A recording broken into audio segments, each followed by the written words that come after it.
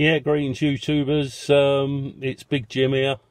Welcome back to video number 2 this is now. I did promise, or I did say that I was going to update you weekly, but I've just been so busy so I haven't had the chance. So if it's your first time here and you've not looked at the other video, you'll probably be better off looking at this one and then looking at the other, although it really doesn't make a lot of difference. Just hello everyone.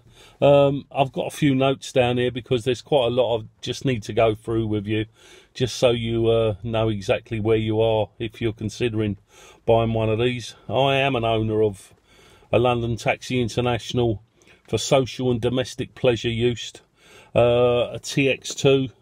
On a 2003 plate that's got 260,000 miles on the clock. Quite a lot. I just thought I'd just go over a little bit before purchase.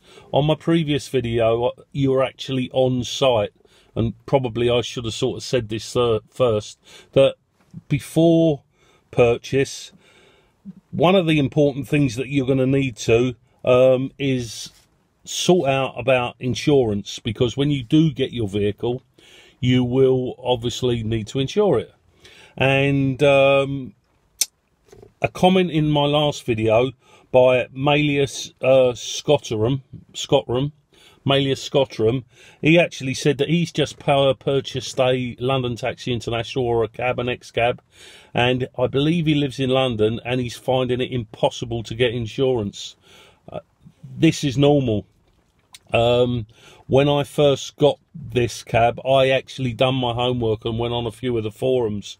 And so the first thing that most people do is that you will go to your insurance company and you will say, I no longer am driving my X vehicle that I currently drive, and I'm now wanting to transfer the no claims discount off that onto a new vehicle.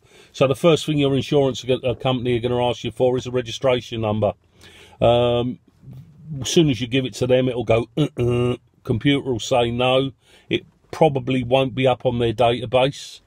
That will confuse them. They'll ask you to repeat it. Have you got it the right way round of the registration number? You say no, then they'll ask you for the model or make, and you give them LTI, London Taxi International, and that's when their alarm bells will go. Well, that's the reason why, sir. It's a taxi. We don't insure commercial vehicles. You will then go in the spiel of, well, it's not a commercial vehicle anymore, it's delicensed, and I need it for social and domestic pleasure. I'm sorry, sir, it's not on our database.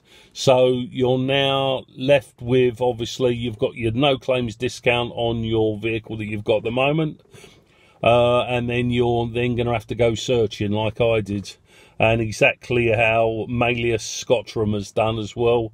And so you go searching around and you're going to get the same responses back from 99.9% of all insurance companies. They won't have heard of an LTI. They will not have heard of a TX or a Fairway. They won't have heard of any of those vehicles, and you'll just be rejected, and you'll find yourself looking round.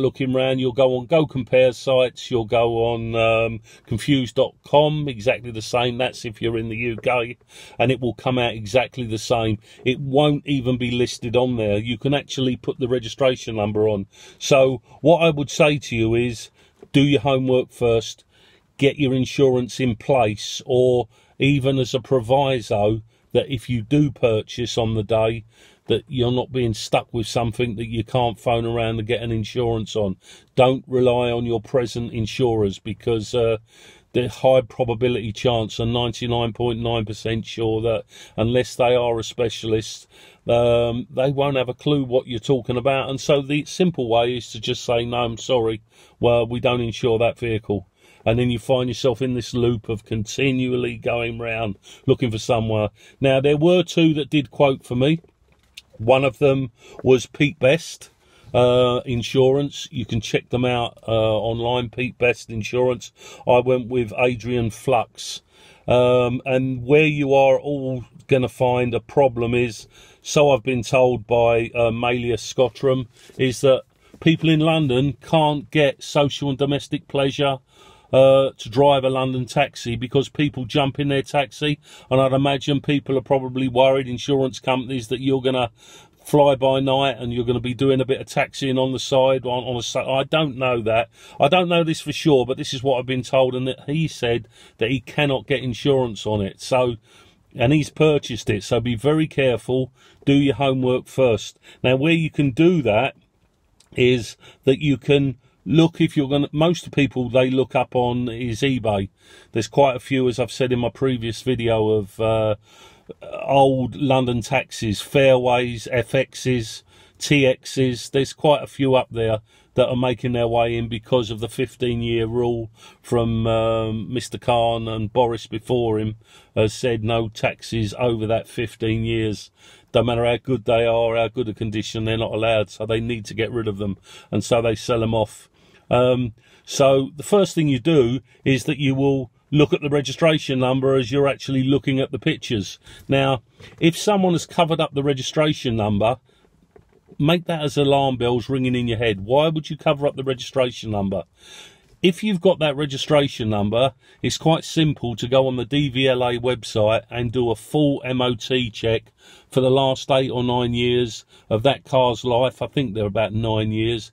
And you can see every MOT, the mileage, the advisories and the failures of what that vehicle failed on. Now, if that vehicle sort of failed on, I call consumable products. I call them consumable products. So we're looking at... what will we looking at? You'll be looking at wiper blades. You'll be looking at, I'm just going to go back into my my little notes here. You're looking at bulbs, bushes, track rod ends, ball joints, rubber gaiters. They're all good sort of wear and tear items that you're going to replace on any vehicle. Now, you probably don't replace them every year on your own car, but you've got to think. This car is over 260,000 miles on a 2003. It's probably doing 8 to 10 times more than your own car would have done in its life per year. So it's going to wear out faster. Now, they're fine because they will wear out. They're a rubberized consumable product. Where you've got to look into it and be a bit more cautious is on the things like rust, structure, rust, seals, anything that gets brought up as being dangerous. And then don't let that put you off completely going out and visiting it and having a look at it. Just make sure then, if it's fouled on rear section, rust in the boot area, close to a structural area, just, if you don't know how to do it, bring someone with you. Look, get someone out there and make sure that repair's been done properly. In other words, it's not filled with Isopon P38, loads of underseal poked over it, just to get it through and bodge it through its MOT. So you've got to make sure it's been done properly. So if a repair's been done well, there's not an issue, but it needs to be repaired well. So 2 things there. A, look at the registration number, go on the DVLA website, check all your MOTs, what it's failed on, and also on that registration number, if you want to waste another sort of few hours of your life, put that registration number on confused.com or Go Compare, or phone up your broker and say, I'm thinking of purchasing blah, blah, blah, blah, blah, blah, blah. Can you please quote me? And see the issues that you will have. So go to the specialist ones first. You will get insurance with the specialist ones, but there are only 3 or 4 companies on the market in the UK that will actually insure ex-London taxis on a social and domestic pleasure. And that's where they've got you by the bollocks. That's where they've got you tight round the knackers. The reason being, you can't turn around and say, well, actually, I'm not happy with that price. I'll go onto the market and I'll check it because it's saturated. You're really stuck amongst them two. And if I put it into context with you, I've never had a blameworthy accident all my life. I've been driving since I was 18 and I'm now an old man. I've got the full no claims bonus, which it probably equates to something like 37, 38 years, but I think the maximum you can get is 18 years. So I carry the maximum no claims bonus. My last car was a Nissan, 1.8 Nissan turbo injection, My insurance for the year on that was £160, fully protected. Now, like for like, this taxi is a 2.2 diesel that literally would take 0 to 60 time, would take about 5 days to get there, downhill with a wind behind it. I've had to pay £500 for this. Now, and that was the cheaper of the two quotes. So I've paid £500 with all that no claims discount, a maximum no claims discount out, against £160, because the market's not there for me to be able to go out to everybody else and say, how much cheaper can you get it for? When you have your car, you can do that. When I had my car, I had no allegiance at all to insurance companies. In fact, every single year I would change insurance companies, because they give you a bonus for being a new customer, so you get money off of it. And then the next year when it came out for renewal, I'd change it again to keep the price down. So bring that into a factor as well. You're going to be moving from 160 quid that I had to, I'm now paying £500 a year for a like, including all the access, about the same, with a protected no claims bonus. So that smarts just a little bit, and it's suck it or see or go. There's nothing you can do. There's nowhere else to go. So that's another thing you've got to take into consideration before you purchase. Get your insurance sorted out first. Get your quotes in. Have a great look around and see basically what you can get it for. There are stories of people that have gone to their insurance companies. I read in one of the forums, this guy supposedly went to Tesco's and they turned around and said, yeah, we insure those. Well, I was already insured with Tesco's. And Tesco's turned around and said they couldn't do it. They refunded me the money, and I was fortunate that I didn't have to pay a charge, you know, a document charge, because they couldn't insure me. So I got all back, apart from obviously what I'd been insured for. Yes, the no claims discount then got transferred over, but I still had to pay that £500. So watch that one. Get yourself sorted out on your insurance before really you even start looking. So you do your groundwork history before you do the hard stuff, before you get stuck underneath the bonnet, if that makes any sense. It's the way to do it. What you've got to think of as well is that these taxis, or ex-London taxis, have covered many miles. You know, if you get a 200,000 mile taxi, that's low mileage.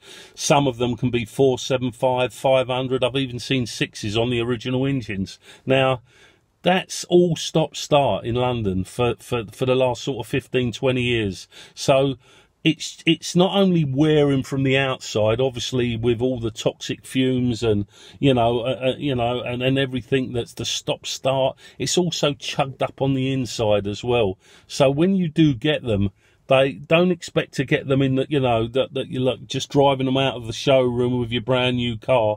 If you're used to the brand new car, that doesn't happen. They've had many miles under their belt. There's a lot of slack in the steering. There's a lot of this. There's a lot of that. They've worked very hard, and they've been very good at their job, designed for it.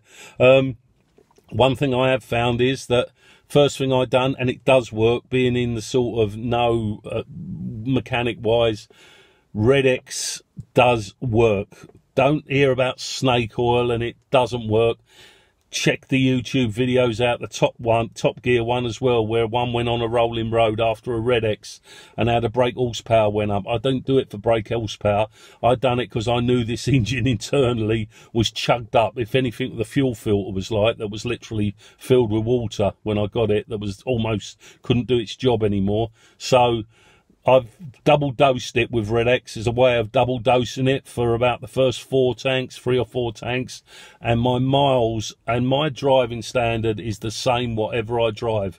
I am your proverbial old man. I drive slowly, steadily all the time, and my fuel consumption over the last couple of tanks has gone up immeasurably. I can't even say, because I want to find out in the next couple of tanks exactly what it goes up to, and then I'll drop the dosage of the Red X down. I've seen nothing out of the exhaust at all, nothing at all out of the smoke out of the exhaust, but I know it's running, its tick over's a lot better, those injectors are being cleaned. So Red X does work. It's not expensive.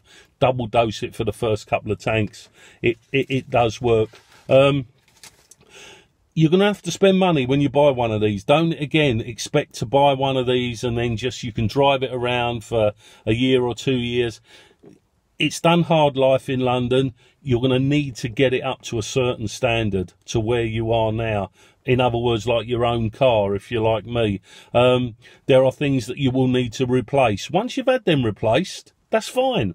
It's going to then be like a normal car. Now, getting up to that standard could prove, especially if you have to calculate in with that your labour charges involved in that.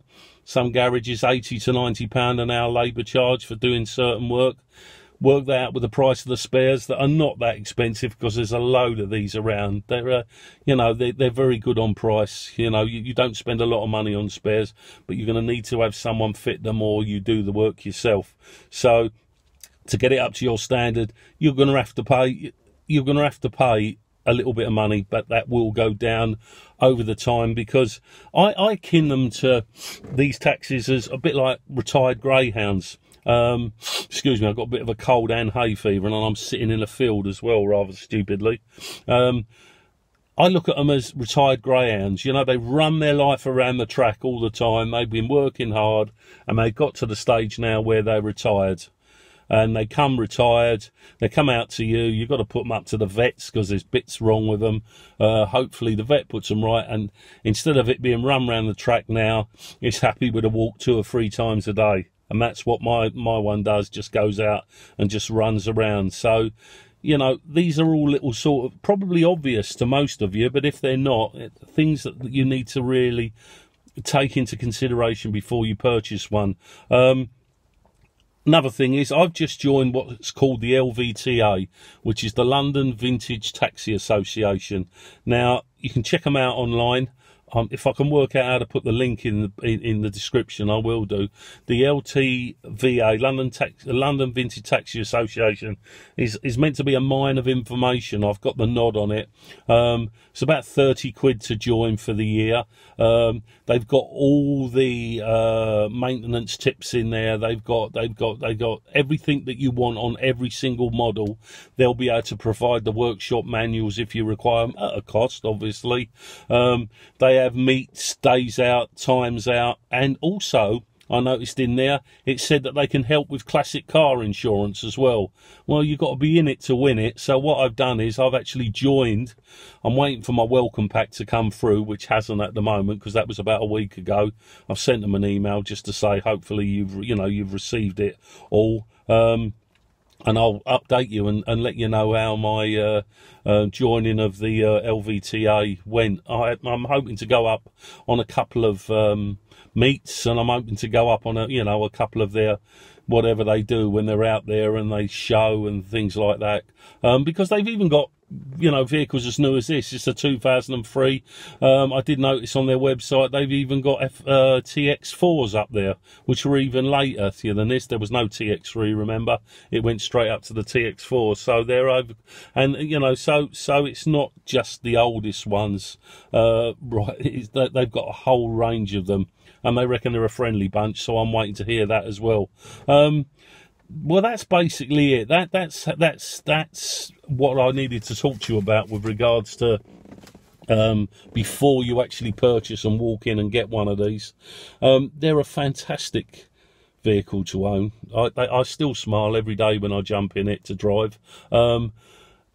A few of my friends now all know that I drive this now, and in Sussex there aren't many of these around. In fact, I've only ever seen one other, and I think that was coming down, looked like it was on its way to Gatwick Airport to drop someone off. So there are not many. Everyone recognises me now in this. They didn't when I was in the Nissan, because it was a generic silvery car that no one recognised, but everyone sort of recognised. So you can't hide where you don't want to be. That's another thing. That can either be a positive or a negative.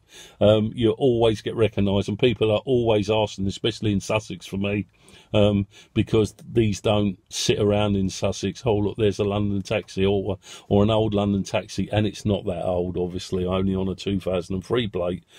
Well, that's basically it, everyone. I've also put up another couple of short videos. I was going to tag it on the end of this, but I'm not so sure about how to link all the videos in, so I've put them up separate. And that's of the cab for all around and also under the bonnet. There's still a couple of things I've got to do on this cab. In fact, it's booked in a couple of weeks for something that I can't do. It's booked in for some body work. There's a couple of on the wheel arches there, the rust has bubbled through on the wheel arches, and on the door slam panels as well, chippings of where the door is constantly. And it's not so much that he's had a bunch of keys or something that's every time he puts the keys in, they're obviously banging against it. Anyway, it scratched it, and that miffs me no end, because that's just me. So what I'm going to do, it's going in to be sprayed up for that in the next 2 or 3 weeks time, so then it should be sort of as good as you can get, really. Well, that's it. That's my part of my story of an LTI TX2 on a 2003 plate. Stay with me. Subscribe if you're interested. If there's any questions, please put them down below. I'm sure there'll be people out there a lot more knowledgeable than me that will be able to answer any queries. But do your homework first before you jump in, because these can be very, very expensive if you get it wrong.